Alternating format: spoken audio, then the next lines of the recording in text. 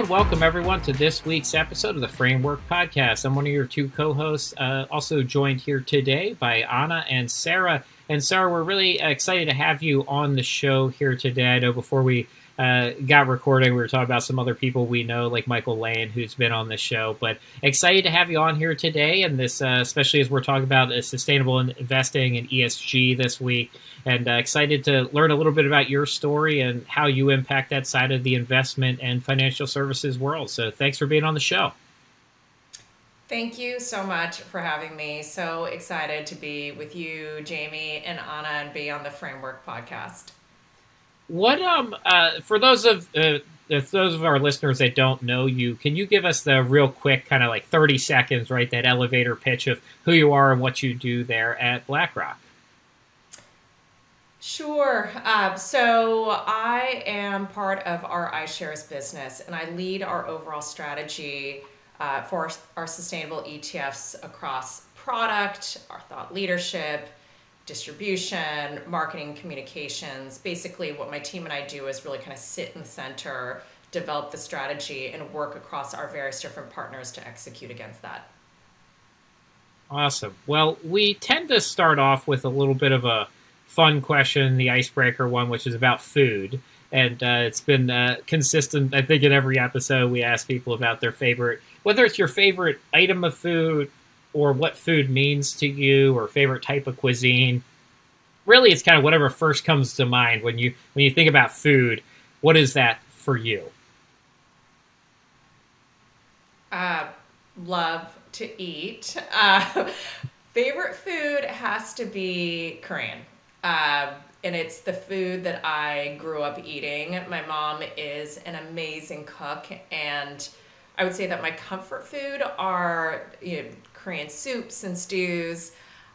Living in San Francisco and LA, I have been spoiled with all the various different cuisines and great restaurants all around the world. Actually, my friend and I just recently launched what we're calling an SEC, which is our Serious Eaters Club. So our mission is to, try all the new restaurants that are all around LA. That's awesome.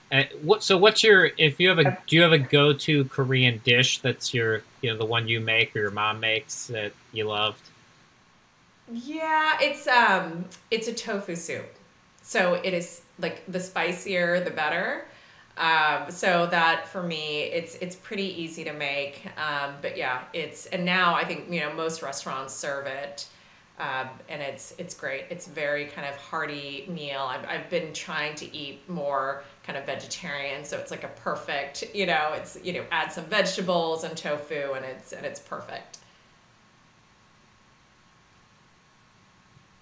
Chapter of the Serious Eaters Club, because I too am a serious eater and love to try new restaurants. Come on over. Yeah, club is open. Fun.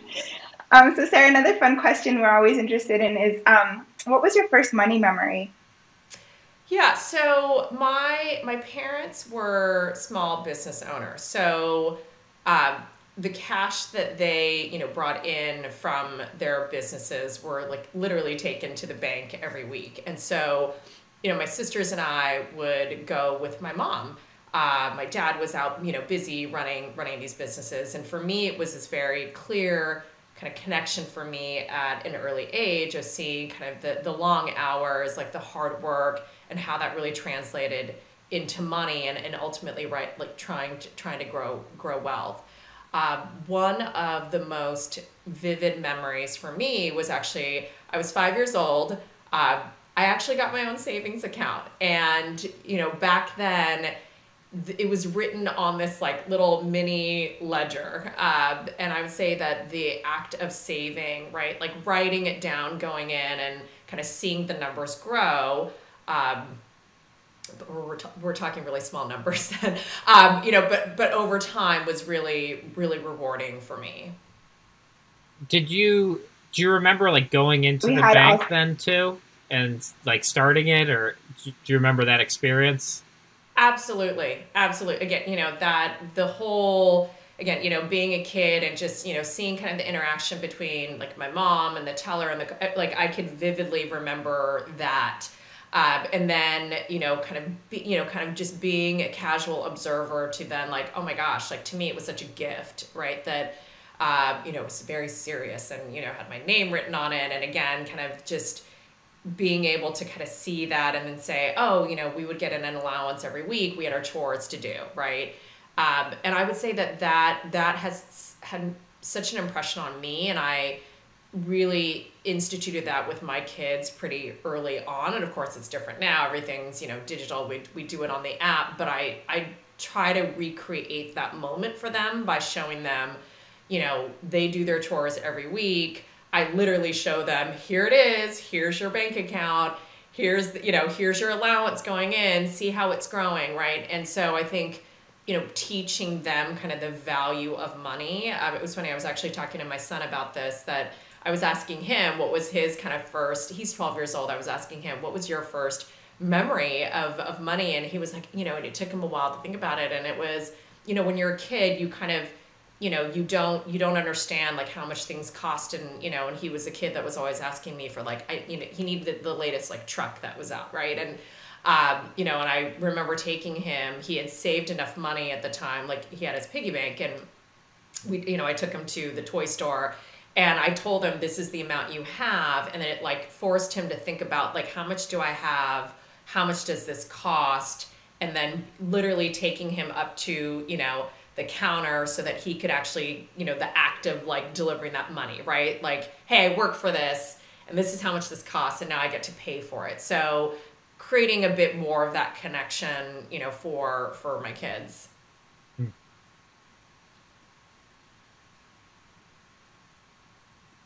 So we had a local credit union, and I remember the little ledger books that you could write down and then getting the statement in the mail was always so exciting. It's like, oh my gosh, look, my first piece of mail with my name on it was from the credit union. So yeah, I love that story. Felt very official. But what was your first? Made me feel so grown up. But what was your first big purchase that you made? Oh, it was a car.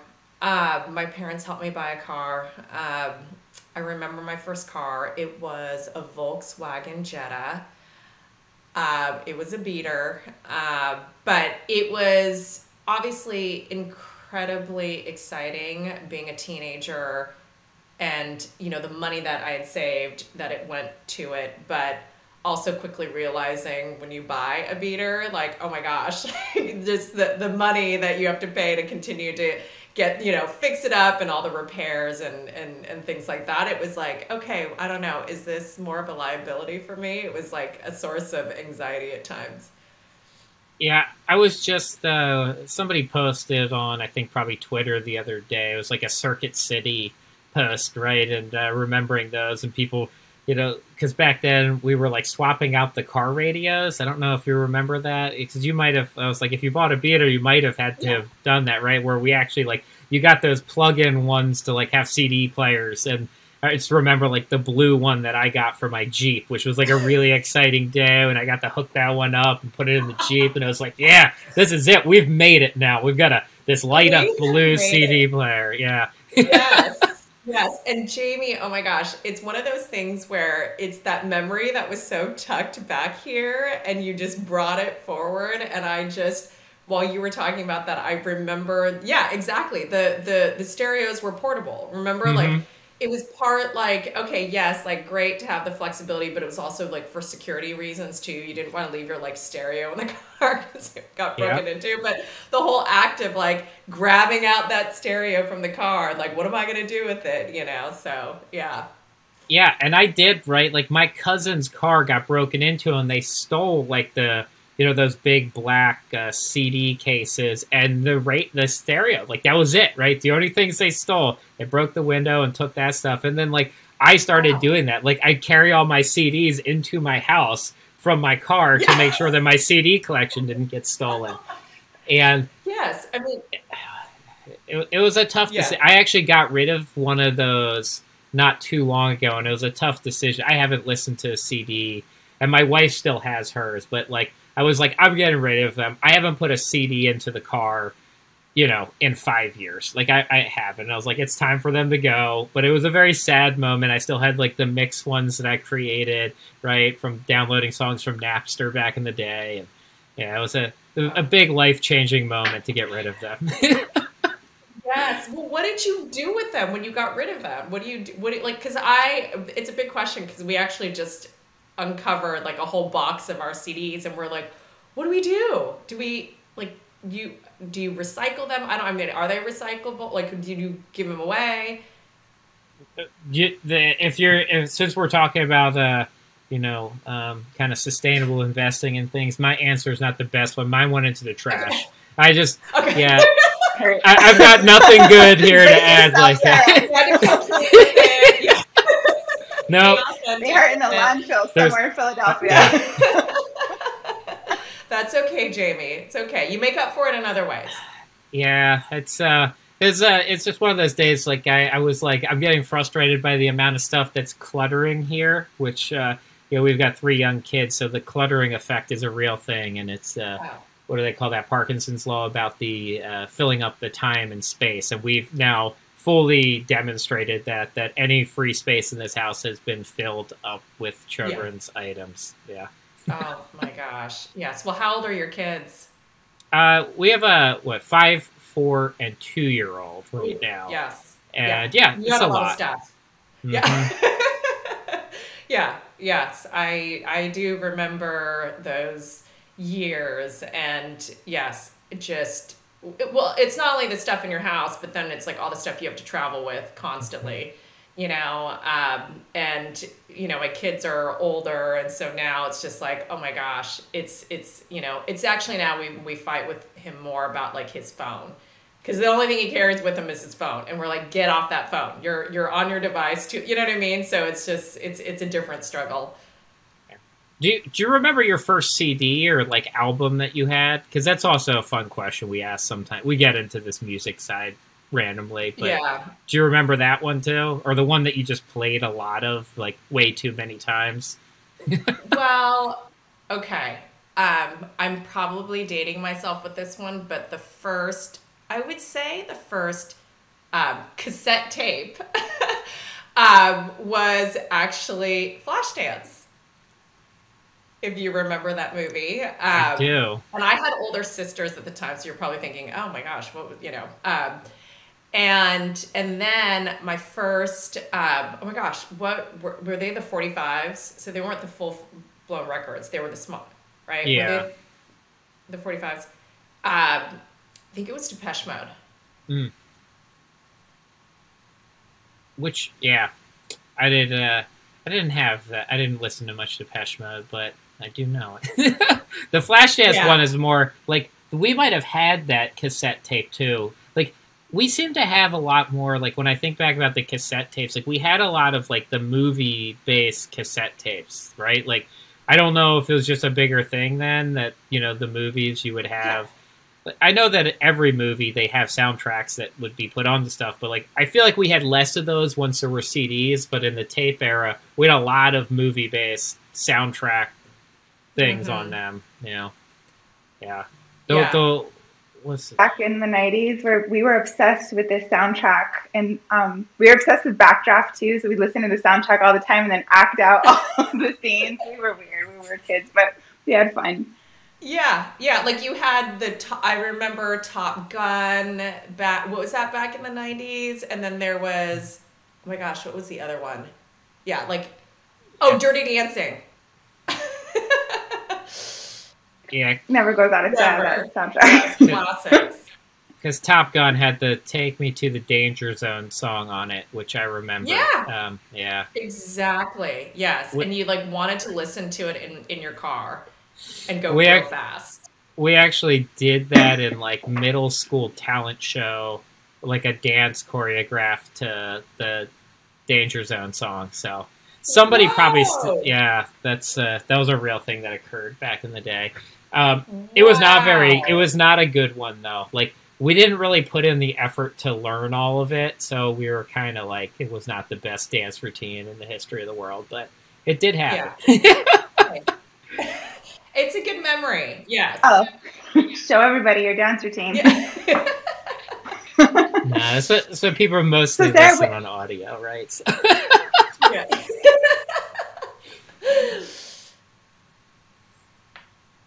you want to be when you were growing up, and tell us that story, how that kind of evolved to where you ended up ultimately. Oh my gosh. Okay, so when I was a kid, I really wanted to be a fashion designer. And I was really into art. I was really into art history, fashion history. Uh, and I actually, that was what I did after, right after high school, is my dream was to move to New York, go to FIT or Parsons. And I said, okay, I want to decide on what area to focus on. And so I ended up getting actually an associate's degree in fashion design and technology. And again, the goal was to then move to New York and really specialize in a specific area. And I have to tell you, if you've watched Project Runway, that's what it felt like every day. So it was intense. It was grueling.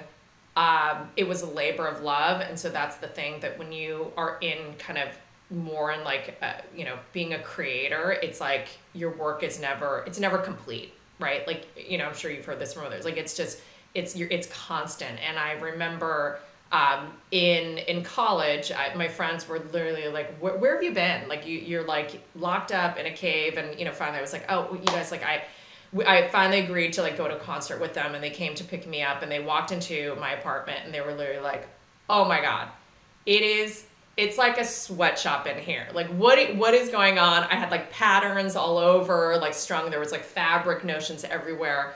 And like, I loved it, but I also then realized, like, do I want this to be my life? Like, is this, 'cause this is what it takes, and that it was that, but also knowing like there's more out there than just learning about like fabric and buttons, right? Like, I wanted to learn about philosophy. I wanted to learn about religion. I wanted to learn more about history. And so that really inspired me to say, look, maybe this isn't the route I want to take. Maybe it's, hey, maybe it might be something kind of more on the business side of fashion or whatever that might be, but I need to kind of challenge myself to open my eyes and open my eyes to the world. And so I ended up just switching, and I went to University of San Francisco, got a business administration degree.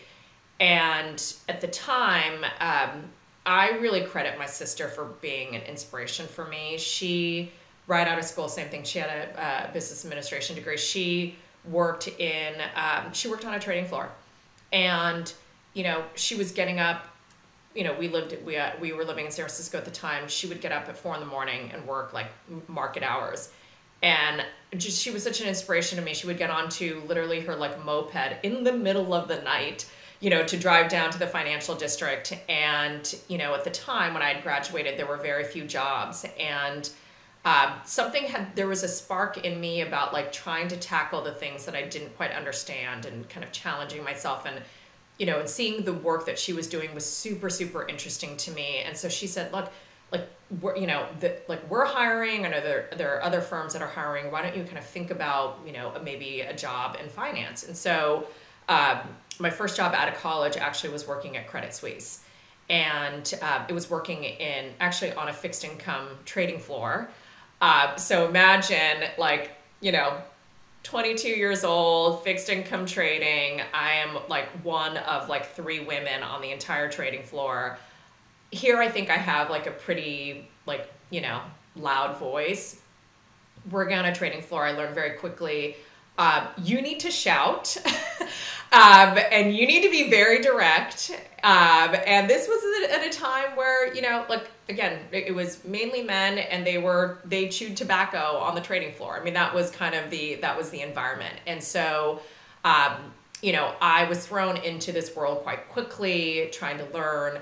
I actually started to get really kind of interested in understanding the stock market and learning more about, kind of our equity business. And I had the good fortune of getting to know actually some of the philanthropy work that we were doing, of meeting actually the head of the office, who happened to be also the head of equity sales. And so I got a job on his team, and it was really exciting. We were helping to launch IPOs. We were marketing secondary transactions. We were marketing research. Got to meet at the time. We were hosting roadshows at the time, like when actually Google went public. So it was like an exciting time for me, like in my 20s, and kind of being part of this industry.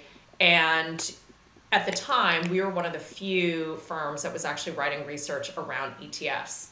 And I just was so enamored by what was happening with ETFs, and just really seeing it as kind of being, this kind of new innovation in terms of like investment solutions that were out there. And so I basically begged for a job at BGI, Barclays Global Investors, and started and got lucky and got a job at iShares. And most of my time was really focused on kind of client-facing business development, and the segment of clients that I last worked with were private banks, and they were working with ultra high net worth investors. And many of the sophisticated investors were asking me, like, what is BlackRock doing around impact investing? Of course, everyone back then was calling it impact. And it really forced me to understand what it meant and what it was, and who at BlackRock was really doing anything about it. And it's one of those things that I've heard from, my colleagues and others, that it's almost like you dip your toe into this and you just like fall right in. And for me, it just made so much sense, and understanding what it meant and what the opportunities were, to me, were really endless. And so I had the opportunity through BlackRock of being part of this enterprise leadership program. And part of the program, we could join a specific initiative, a project, a strategic project. And the project that, of course, that I raised my hand for was like, how do we better engage our clients around, impact investing? And through that, I got to know even more closely some of the folks at BlackRock that were doing this, and was then offered a role, the role that I'm in today. And this was back in 2017. And, back in 2017, not a lot was going on in this space, right? And they basically said, look, the iShares business is broad, right? We had a few sustainable ETFs, and basically my mandate was, go figure it out. What are we doing? What is this? Help us define what this looks like. And it was very much kind of this, kind of grassroots, like startup kind of, role of just like, okay, going into this, I had some relationships, of course, that I'd built over time at BlackRock, but at the time it was very much thought of as being very niche. And so, fast forward to where we are today, obviously sustainability has become central, to BlackRock and what we do. But, going from, 2017 to where we are today, it's been just this massive evolution. And I think, where I sit today, this sense of, I would say kind of this sense of gratitude and a sense of satisfaction that, what was very much thought of as just being kind of this niche on the side to what has become quite central, and seeing how much we've evolved. Sarah, when you had that opportunity, as you said, to kind of go define some of it, what was your guiding principle personally then, right? Like what was success to you from this? Because obviously, when you get the opportunity to go build something like that, you don't just say, hey, we'll go put some pieces together and hand you back something, right? Like I assume you said, well, here's kind of my goal. Here's what I want to accomplish. Like, did you have a driving thing that you wanted to see come out of it? You said like the impact from the impact. Yeah. What was that? I think, Jimmy, it was two things. One was the fact that people were not recognizing that investors were demanding this. And I would say actually that this still exists today, which I think is a huge opportunity for advisors. So that was part of, I would say, my mission, which was, and that very much came from my own experience, right, of working directly with these clients who were saying, look, I'm really interested in this. I want to understand it. What does it all mean, right? And then being able to then, excuse me, express that in a large organization like BlackRock and say, look, like, we've got to do something around this. And then the second piece of it was like, how do we actually make it easy for our clients, right? I think there was very much this inertia around it's really hard, super complicated. This means different things to different people. How do we actually simplify it, define what we're doing, and get people behind it? So what's been the hardest part of moving the needle on that over the last 4 years? Obviously, the needle has moved, right? But what's been the biggest, I guess, hurdle to moving forward sustainable investing and, as you said, kind of getting clients and people to rally around it and involved? Yeah, I think the biggest hurdle has been the fact that it's evolving and it evolves very quickly. And I think that, you know, the investment community wants it to be neatly contained in a box, right? And the challenge has been, I think, and again, if I take it more from an investor's point of view, is that yes, there are differences in terminology. There are differences in different data providers and how they rate companies. We don't have, you know, regulations today that help to standardize, you know, this for investors, which we think again is very much needed and is a huge opportunity. So I would say collectively, it's been about just the fact that everyone is trying to figure it out. Part of this is driven from the investment community, but part of this absolutely needs to be driven from, you know, a regulatory perspective. And so kind of it's been about like, you know, kind of this push and doing the best that we can with what we have. But, you know, if you look at things like what's happening within Europe, you know, the sustainable finance disclosure regulations, which is, you know, creating basically more clarity for investors on what a sustainable investment is. And that is something where, again, that really is about unlocking more capital, right? And giving greater assurance for investors that, you know, what they're getting is what is being prescribed by the various different asset managers. So again, so to me, Jamie, if I sum that up, it's really about just it's having more clarity around these things, and everyone has a different definition, and it's about kind of trying to move towards you know, a place where there is more harmony, if you will, right? And, you know, BlackRock has done, you know, been very vocal about this, even the way that companies report their data, right? So we've gotten behind, you know, SASB, right? The Sustainability Accounting Standards Board. We've gotten behind TCFD, right? So, you know, we're trying to drive a bit more of that. But again, I think, you know, certainly more needs to be done. Over these last 4 or 5 years, can you talk to us a little bit about how the space has evolved and what are some of the driving factors that are causing that evolution? Yeah, I mean, we talk about it as being these major forces that we have seen really unfold over the past few years, and it's really driven by more data, right? The fact that we now can systematically capture data that was really not readily available to investors before, right? If you think about just even, you know, S&P 500 companies, over 90% today issue a CSR, right, a corporate sustainability report. You think about, even I mentioned SASB, companies that are actually reporting into SASB, even in a span of 1 year, grew from 40 companies to now, you know, over 500. So I would say data, right? The second is around you know, evolving consumer preferences, right? So you think about just the fact that sustainability has become such a kind of central part of the way that we make purchases, right? The way we think about services.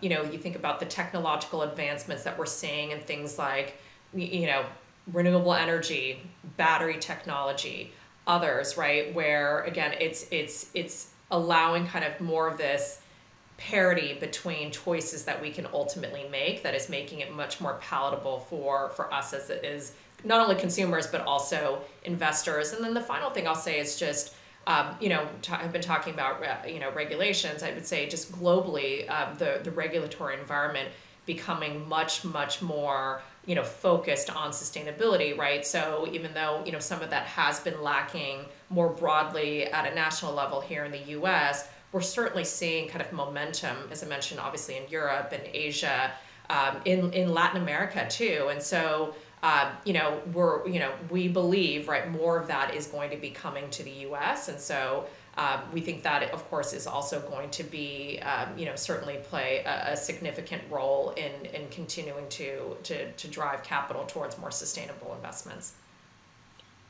This is kind of a side thing that's come up in some of my other sustainable investment conversations, and I'd love to just get your take on it too.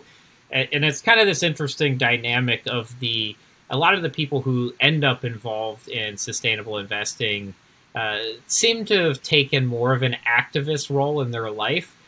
And then I think sometimes there's this perception by consumers, well, if I'm not really an activist, like how much do I get involved and ask about sustainable investing and pull it into my own portfolio?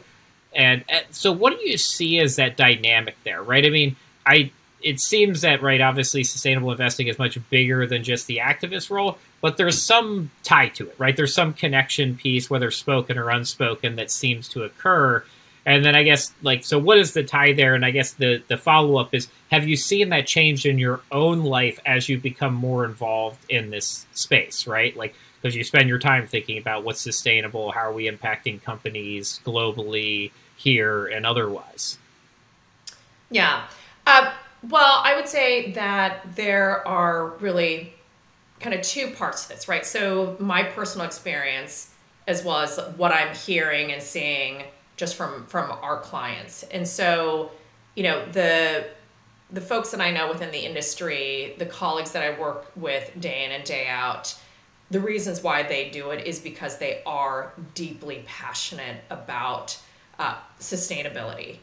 And, yes, I think probably the underlying reason for them is because they see this as being truly their purpose, right? They do see it as being, look, I want to make some sort of impact. And so, and then I think about it from, our client's perspective and working for BlackRock, where we have the benefit of working across really a broad array and spectrum of various different investors. And this is something that we've talked about a lot, which is everybody is on, their own sustainable journey, and we cannot take a one-size-fits-all approach. And what I'm hearing, I'd say more broadly for investors is, yes, we work with some investors that have very specific mandates. They can't own specific, companies. And, what has historically been a divestment approach, right? If you think about kind of SRI back in the 70s, that we've really started to evolve that conversation, right? And we've started to see some of that dialogue move from, look, I just purely want to divest. And don't get me wrong, we have plenty of investors who very much want to take that approach to saying, look, I actually want to be more proactive about engagement, right? I want to actually own some of those companies that are more sustainable, right? And so, again, I think because of the fact that you have more choices today, we have more access to data, that we now are starting to kind of see that narrative and that dialogue evolve over time. Is there a data point you don't think that we're tracking today that is going to become very important to sustainable investing that we're going to track in the future? Is there just, I don't know if you think, because obviously what we look at today is different data than we looked at, as you said, back in the 70s. So there'll probably be something else. Is there anything else that's kind of brewing out there from a data standpoint, or something you would like to see added to this world? Yeah, I mean, I would say that we have grown leaps and bounds when it comes to environmental data, and you have, initiatives like the science-based targets. We recently just actually launched a new metric. It's implied temperature rise, which is, I think most firms are reporting on like a weighted average carbon intensity, which tends to be a bit more kind of backward looking. And the implied temperature rise is attempting to be more forward looking. And especially as you think about, organizations, and we think about, 2 degrees and staying below 2 degrees, what are these specific solutions, and how are they tracking towards, meeting a net zero commitment, right? So again, so if I think about that, there's a lot of innovation, a lot more data, and a lot more companies that are reporting on that. To your question, Jamie, like where are the major gaps? It's definitely on the social side.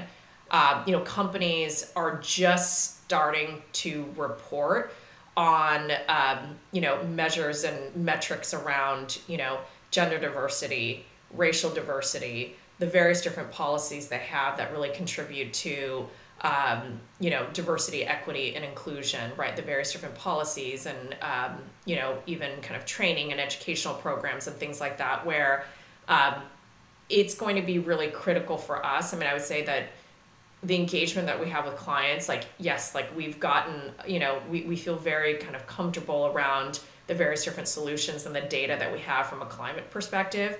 But when it comes to social, I mean, there are reasons why, we have held off, because there's still a lot of work to be done, right? And, oftentimes some of these things require, companies to self-report. How do we model some of this? How do we actually kind of feel that we have a very, very robust process? And I think the more that the investment community is making that a priority and saying, look, we expect you to report more on this, right? Like, pay equity too. That, this is going to be, to me, a very, very kind of, it's a huge gap. And this is going to be critical for us to, unlock, more opportunities, right? Not only, in the workplace, but unlock opportunity and help companies in terms of their own, value in attracting and retaining, talent, and attracting new capital within their organization. So again, if I kind of sum it up, very much kind of within the social pillar, that's where we see just a significant gap in terms of data today. I wanted to ask you, when I found out you were coming on, is that as a woman in this space and blazing trails and achieving all kinds of things, what is your advice to both your younger self and to women coming into the profession? I would just say, if this is an area of interest for you, the good news today is that there is so much that is out there. So first, if you even take a look at programs within universities and colleges, if you take a look at even master's programs, a few years ago, I mean, there were just a handful of universities that were actually offering it. Now, I mean, it's grown significantly. So if you are in school, certainly, seek out some of these programs. There are, like, number of different kind of networking opportunities. I mean, the biggest advice I could just give is just like start to talk to your colleagues, tap into your network. There are, other programs like 100 Women in Finance. There's a whole team there that focuses on, sustainable investing, and they offer, opportunities to listen to speakers. I actually just recently spoke to a number of different, college students, just talking to them about, what my journey has been. And so, again, I think the good news is that there's a lot of information out there. There's a lot of opportunities. So many companies today are hiring for these roles. They used to be extremely few and far between. And now it doesn't matter whether you want to be on the corporate side, whether you want to be, on, kind of the data side, if you want to be on the investing side. There's been really kind of an explosion of opportunity. I think we'll have two more questions here to wrap up. I'll ask one, and then Anna, you can take us out. You mentioned speaking. Kind of two parts of this one, but they don't have to be long, which is, do you have a favorite speaker or speech that you've ever heard that kind of inspired you, that when you think back, it doesn't even have to be in the impact or sustainability, but is there anybody you kind of look up to in the speaking world? Yeah, I mean, look, there are so many of them. How do I distill this down? I mean, no question, Martin Luther King Jr., incredibly inspired by Oprah Winfrey. Also, I would say as it relates to sustainability, my first kind of experience in understanding what the impact of, climate change is, was actually when I saw The Inconvenient Truth from Al Gore. Mm-hmm. And I think he has such a wonderful way of taking something extremely complex and distilling it down into a very kind of simple and digestible way. Who am I missing? A funny story about that. That was one of my, I worked in political consulting for a little while, and one of my jobs was to call churches and try to arrange screenings of that. And it was a very interesting work there. Yeah, it was. And were they receptive? Not really. It's a very interesting. I would say that the church side then was fairly anti. It wasn't that like climate change was politicized to them at that point, but it was a lot of the like, well, like God can basically turn down the thermometer if need be, like type of reaction to this. Like it was kind of like it was very much like the human impact of it is like Mother Nature is far greater than people are, and therefore, like, that was mostly the stuff I got pushed back on that time. It wasn't like, because a lot of people were like, oh, that must have been crazy just from the political divide, and I didn't get really any pushback on that at the time. It was more or less the, like, even if it's a thing, it doesn't really matter type of response. But we did have people that were receptive. It just wasn't everybody, obviously. Yeah. Interesting. Yeah. Brought Jamie every episode. So there you go. Calling churches to get screenings of Al Gore's movie. That's crazy. So Sarah, the question we'd like to close out with is, what's the legacy you want to leave on the world and in the profession? Gosh. Okay. So I would say personally, so we try to make very conscious decisions about our choices and our, living a more sustainable lifestyle. And, like, for example, we recently kind of switched to electric vehicles. We talk to our kids all the time about the importance of it. And so kind of the personal legacy is just around kind of educating really the next generation of the importance of it, what it means, and what they can do to ultimately, take their own action and feel very much a part of this. And then I would say professionally is, it's really about how can we move capital in a way that is going to be transformational. So this is about, how do we improve people's lives? How do we make an impact in helping to really save our planet? And then serving as really kind of being this champion for companies to really define their purpose. And, we talk a lot about this, which is around stakeholder capitalism. It can't just be about profit at all costs. It needs to be really focused and centered around how companies really treat their employees. How do they treat their customers? How are they within their own communities? So, I've been really fulfilled in the work that we have done at iShares and at BlackRock.